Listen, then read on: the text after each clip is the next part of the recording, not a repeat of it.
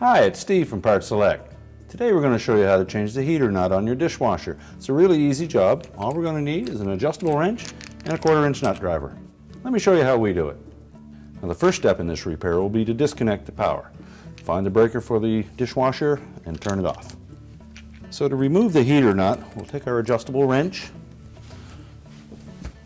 We'll pull the wire off the terminal first. And then with the wrench, we'll simply loosen that heater nut.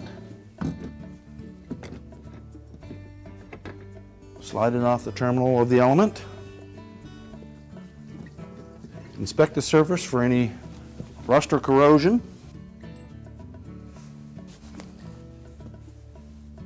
We'll make sure that the little fiber washer is still in place. And we'll thread the new heater nut onto the element terminal.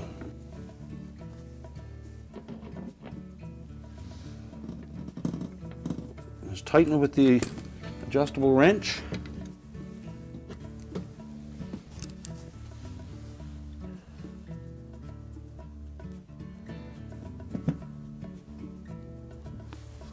Reinstall the heater wire.